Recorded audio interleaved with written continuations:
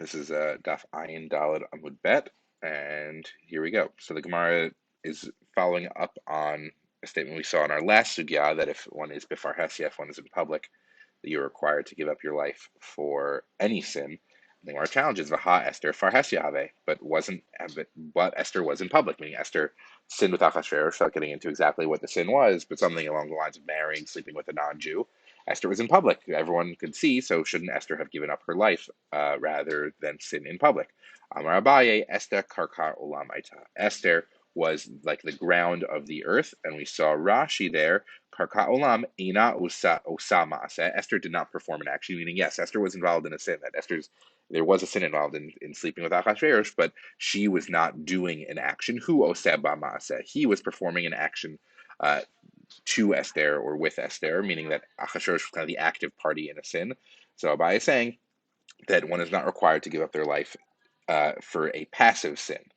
That if someone actively tells you to do something, then you have a problem with Chilul Hashem. But even in public, if you are passive, then everyone understands there's no Chilul Hashem going on because you're not doing an action. Rava Amar Hanaat Atzman Shani.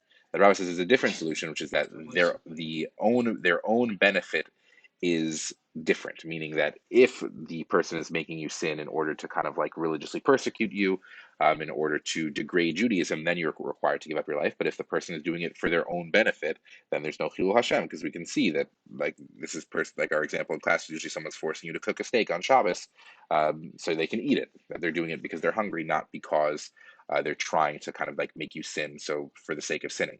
And Rava proves himself the ilo temahachi, because if you don't say this, hani kavake v'dimonuke, these pans and coal shovels, these like shovels of coal, heichi yahavinan lahu. How do we give it to them? Rashi said, Yom Chag Hayala Parsim. There was a holiday for the Persians, Shenotlim Mishartei Avodat Kochavim or Mikol Bayit Ubayit, that they would take the priests of Avodat Kochavim, the Avodah Zarah priests would take fire or take fuel from every house, Umamidin Bebeit Avodat Kochavim Shelahem, and they would put it in their temples, Umitchamamin Ha'am Kenegdan, and the people would warm themselves. V'hayunotlin Afmi Beit Yisrael, and they would take also from Jewish homes, Baal Korcham, by force. And Rav is asking, Heichi Yahavinan Lahu, how do we give it to them? V'lo Masri Nafshayu Aktushat Hashem. And people give them these coals, and they don't sacrifice their lives, they don't give up their lives for a Kiddush Hashem, Halo Chok Avodat Kochavim. Is this not a rule of Avodah Zarah? Wouldn't giving shovels of coal be in, like, I'm kind of contributing to Avodah Zarah?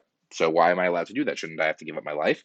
The answer, Rava said, Ella Hana'at Atzman Shani, rather the personal pleasure, meaning they're doing it so they can be warm. The desire to be warm of those people in the temples is different. You don't have to give up your life. Hachanami Hana'at Atzman Shani. Here too, by Esther, where Achashverosh was kind of forcing Esther to sin with him for his own personal pleasure, is different. The Azda Rava Latame, and Rava holds with his reasoning. Rava follows his own reasoning. We see that Rava is consistent. The Amar Rava tells us, Akum de Amar Leila Yisrael. In a scenario where a non-Jew says to a Jew, Ketol asfasta b'shabta, cut grass on Shabbos, vishadi lechaveta, and throw it to my cattle, throw it to my own animals. So I want you to cut grass, to violate Torah's prohibition on Shabbos, and throw it to my animals. The elo katil nalach, and if you don't do that, I'll kill you. So basically, violate Shabbos to feed my animals, or I'll kill you. Liktil, cut it. Again, same shorash, katil meaning to cut, and katel meaning to kill. Liktil, you should cut the grass for local likatle, and don't be killed, meaning that you're allowed to sin because he's forcing you to do it for his own benefit. Shadila nahara, but if he says throw the grass into the river, meaning that the only reason he's forcing you to do this is so that you sin, liktale velo liktol. But then you should let yourself be killed and not cut grass. Not cut the grass. My Tama, what's the reason why do you have to give up your life in this case where he says throw the grass into the river? La avure milta kabai. He wants you to violate the thing, meaning he wants you to violate the sin. His only goal, obviously, is not, there's no benefit here. He's just having you cut grass and throw it to the river and be wasted. So clearly, he just wants you to sin, and that's a scenario where you have to give up your life. Somewhat new topic. Ba'umine Rabbi Ami. It was asked of Rabbi Ami, Ben Noach mitzuvah al kedushat Hashem, o ein mitzuvah al kedushat Hashem. A Ben Noach, a non-Jew, a Noachide, meaning someone keeping the Sheva mitzvot ben Noach, one of which is Avodah Zarah. So someone, our example in class, someone comes up to our friend Frederick and says, Frederick, I want you to worship this idol, which Frederick, as a law-abiding Ben Noach, would not normally do. And is he commanded to give up his life for Kiddush Hashem, or is he not commanded to give up his life? Can Frederick worship Zeus? Yeah, normally Frederick's not allowed to worship Zeus under the Shavim Tzibnei Noach, but does the idea of dying for Avodah Zarah apply to non-Jews or no? Amar Abaye, Tashma, Abaye says, come and hear. He wants to prove an answer. Sheva mitzvot nitztavu b'nei Noach. The Ben Noach were commanded to keep 7 mitzvot. There are 7 mitzvot, one of them being Avodah Zarah. The im ita, and if it's true, if you're saying that Frederick has to give up his life, tamne havin, that's 8. Dying for Avodah Zarah would be an 8th mitzvah, meaning that there's a separate commandment of dying for certain mitzvot, which the non-Jew seemingly is not involved in. Amar le Rava, inhu v'chol abizrayu. Meaning Avodah Zarah and all of its details.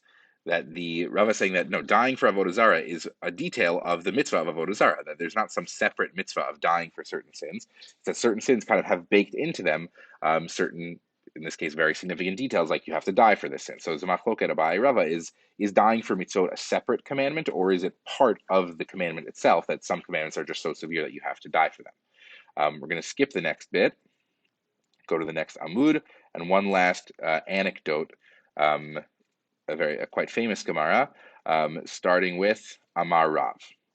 Amar Rav Yehuda Amar Rav. Yehuda said the name of Rav. Ma'aseh Adam Echad. There's a story of a man, Sharatan Einav Bisha Echad, who kind of gave his eyes when he had a passion for a certain woman, Lali Tina, and his heart was consumed, had these very improper thoughts by his desire. Uva'alu v'sha'alu l'rofim. So this person that felt that that he was consumed with desire for this woman, and they bring him and they ask the doctors what to do. Va'amru, the doctors say, Ein lo takana, he has no other cure, he has no other solution, ad shetiba el, unless he has relations with that woman. I mean, the doctors say that is the only way that this man will survive. Amru chachamim, the chachamim say, yamut va'al tiba elo, that he should die and he does not get to have, and she should not have relations with him. That we don't say that like someone can have relations with someone else to save their life. Tamod lefanav aruma. So the doctor say, okay, instead of that, what if she just stands before him naked? That will kind of satisfy his passion. He won't die. The Chachamim say Yamut va'al tamod lefanav aruma, that this man has to die and he does not get to. The woman should not stand in front of him naked. Now the doctors say that even if she just speaks with him from behind the fence, he won't even see her. He'll just hear her voice, have a conversation with her, and that will kind of satisfy the desire that that's consuming him. Yamut velo tisaper imamay acharei hageder. And the Chachamim say that she should die rather than speak with him from behind the fence. And we have a discussion. Pligi bar Rav Yaakov bar Idi, Rabbi Shmuel bar Nachmani. There's a machloket between Rabbi Yaakov bar Idi and Rabbi Shmuel bar Nachmani about what was the exact issue here. Why couldn't any of these solutions, even like speaking with him behind a fence, work? Chadamar Eshet Ishaita. One said that she was married. She was a married woman, and that any of these could constitute a problem of adultery. The Chadamar Pnuya Haita. No, but the other one said that she was actually unmarried.